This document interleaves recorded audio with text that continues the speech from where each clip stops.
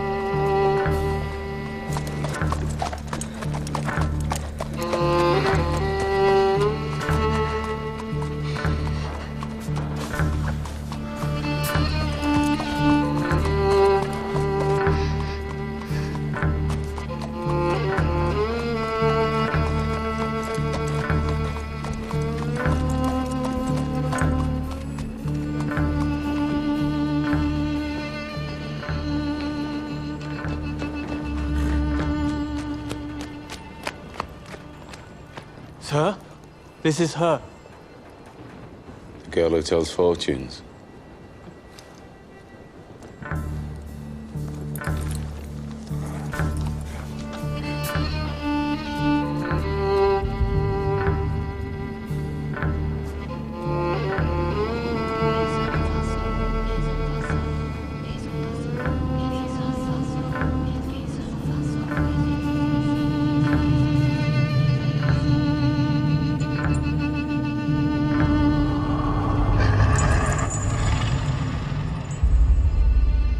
Doing a magic spell to make her win a race.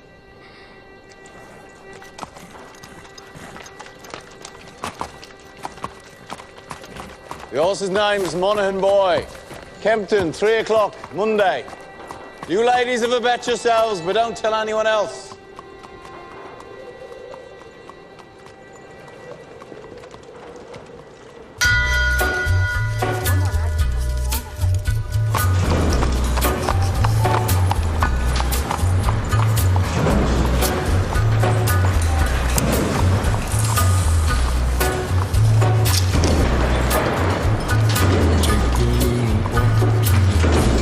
Abraham made his home in a cave, but it was good because God resided there with him.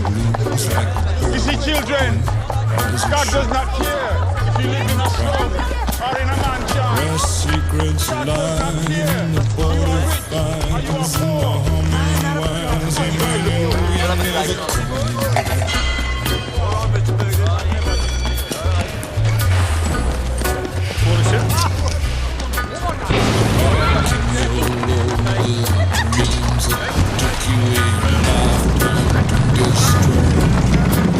Morning, Mr. Shilby.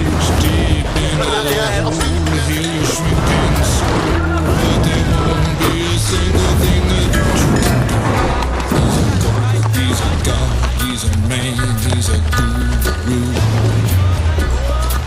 You're one microscopic cog in his catastrophic plan, designed and directed by his red right hand.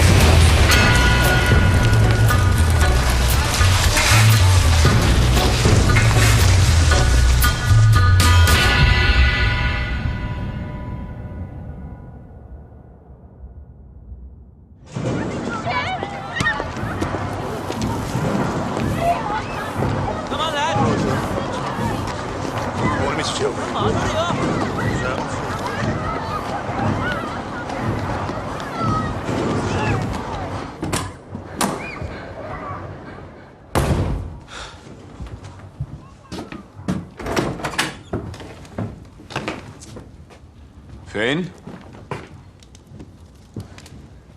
Arthur's mad as hell. What does a 10-year-old know about hell, eh? I'm 11 Sunday.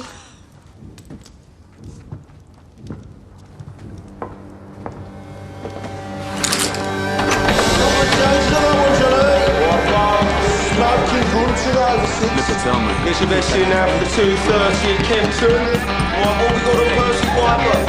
Might be going well in this off, mate. Down to fourth. Okay, welcome, boy. Want to push that now, mate? 2 to 1 still.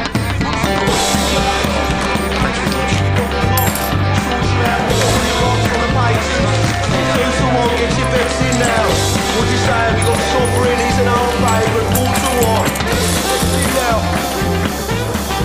Tommy! Tommy! Tommy, look at the book. Yeah, what do you want, man? Just look. Tommy! All on Monaghan boy. Good work, John. Tommy! Get in here. Now.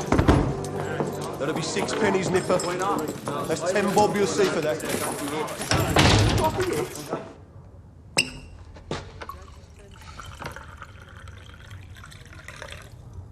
Now, you were seen doing the powder trick down at Garrison Courts. Times are hard. People need a reason to lay a bet. There was a Chinese. The washerwomen say she's a witch. It helps them believe. We don't mess with Chinese. Look at the book. Chinese have cutters of their own. We agreed, Arthur. I'm taking charge of drumming up new money.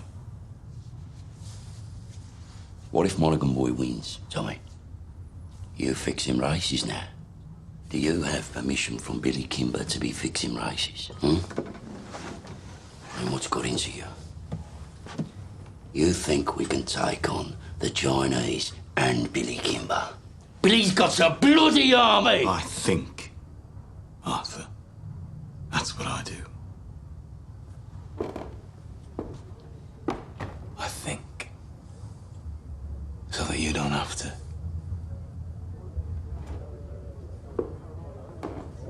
There's news from Belfast. Down from Trumside Flats. Down to National. I'm calling a family council tonight at 8 o'clock. I want all of us there. You hear me? There's trouble coming.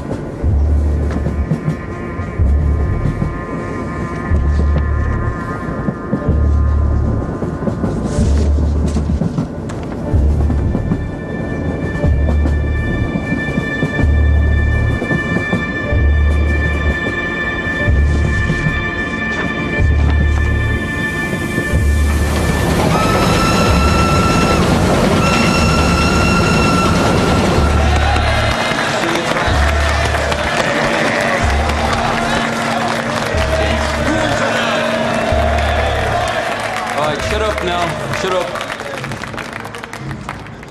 Comrades, we're here today to take a vote on strike action. Yes! But before we have a show of hands for that, let's have a show of hands from all those who fought in France, all those who stood side by side with your comrades and watched your comrades fall. Raise your hands.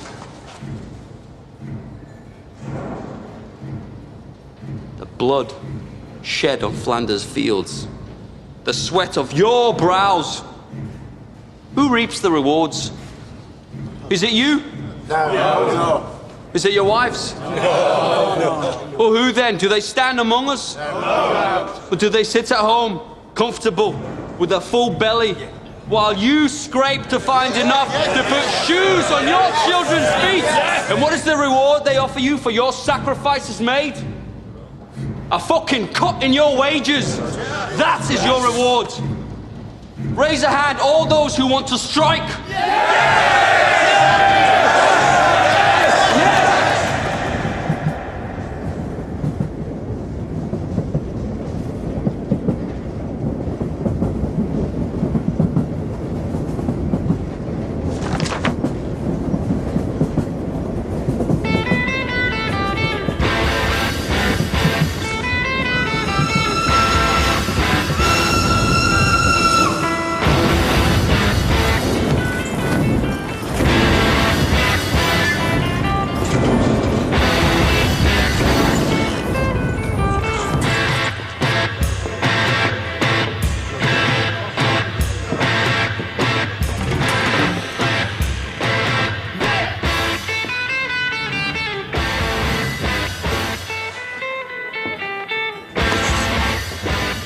On the house, Mr. Shelby.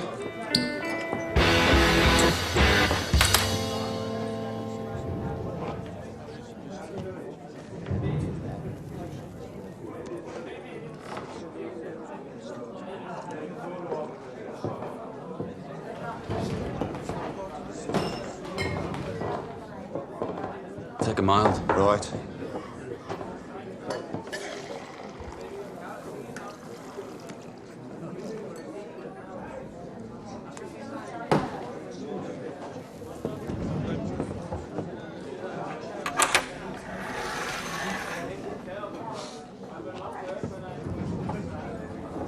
Cheers, Thomas.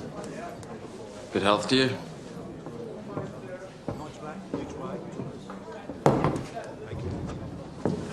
Crown of a prince. Soon to be king, I'd bet. You don't bet. No. These past few days I've been speculating. About what? One of my union comrades has a sister, works in the telegraph office at the BSA factory. She says over the past week they've had messages coming up from London to the brass, from Winston Churchill himself.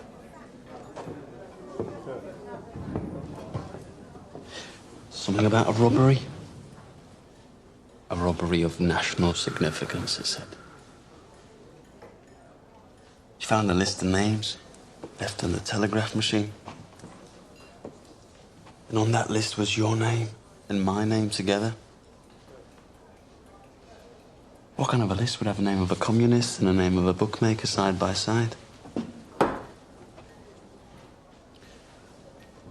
Perhaps it's a list of men who give false hope to the poor.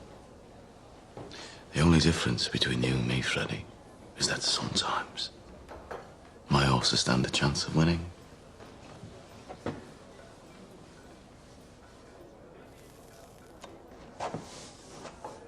You know, there are days when I hear about the cuttings and beatings that I really wish I'd let you take that bullet in France. Believe me, there are nights I wish you had.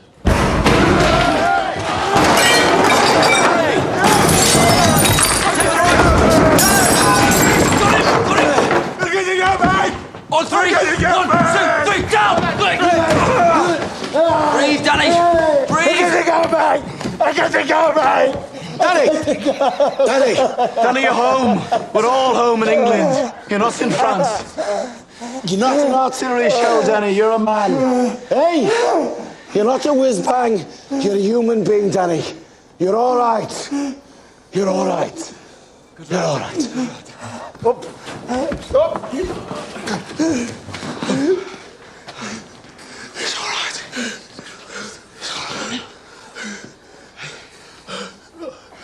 Oh, hell. Did I do it again? You did it again, Danny.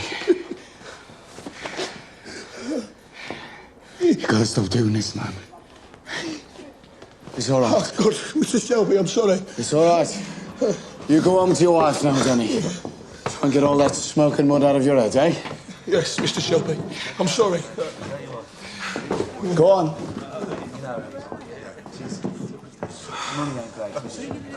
Mr. Shelby, you have to do something about it. Damn right, Harry. You pay the Peaky Blinders a lot of money for protection. You're the law around here now, Tommy, aren't you? Maybe you should put a bullet in Danny Whiz-Bang's head like they do with mad horses. Maybe you'll have to put a bullet in my head someday, too.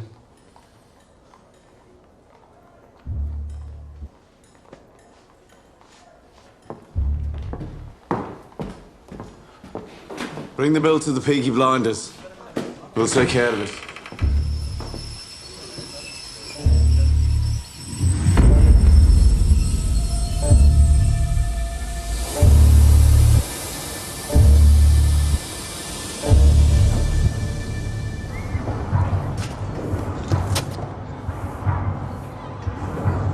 Look at the gun. Recognize it?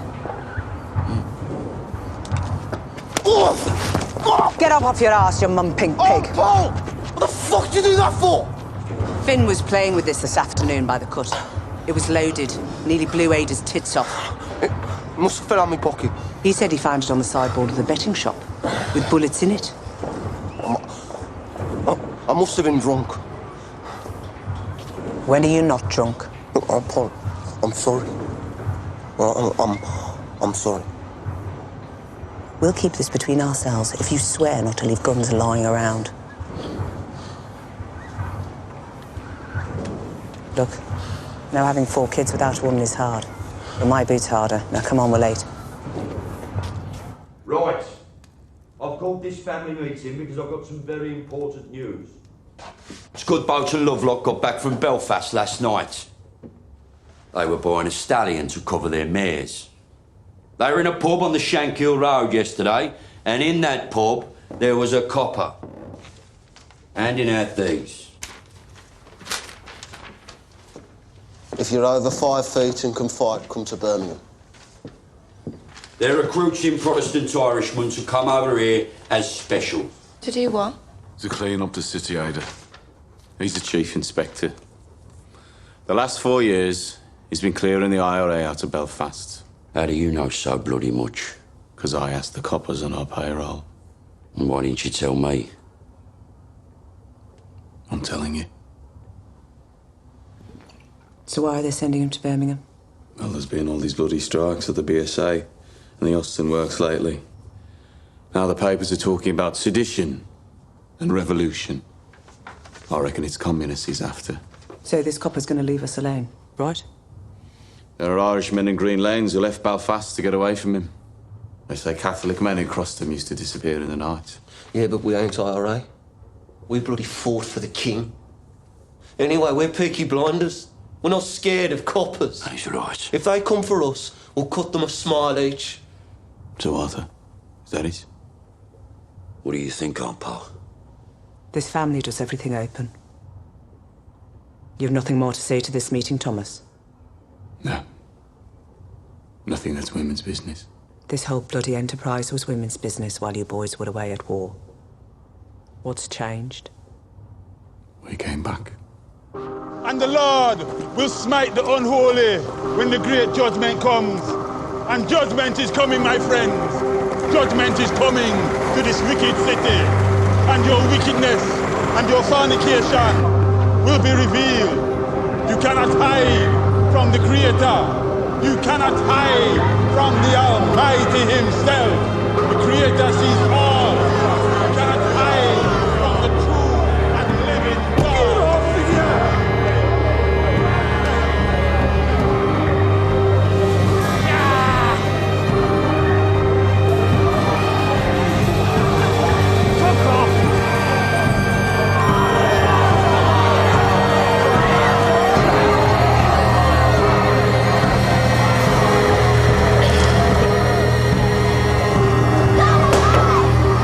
That's it, now don't go any further.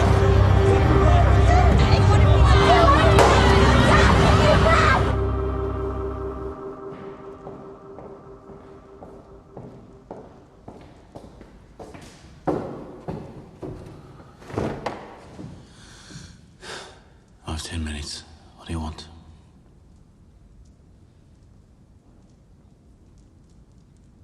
An explanation.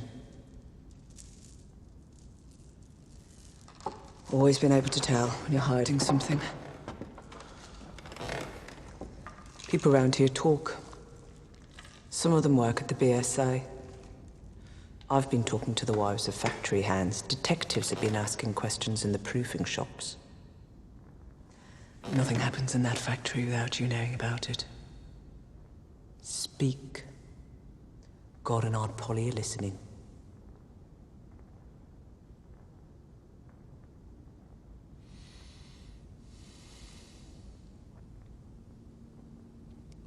It was meant to be routine. I had a buyer in London for some motorcycles. I asked my men to steal me 4 bikes with petrol engines. I'm guessing my men were drunk. There's a still inside the factory makes tramline gin. They picked up the wrong fucking crate. The boys dropped it to Charlie Strong's yard as agreed. They must have taken it from the proofing bay instead of the export bay.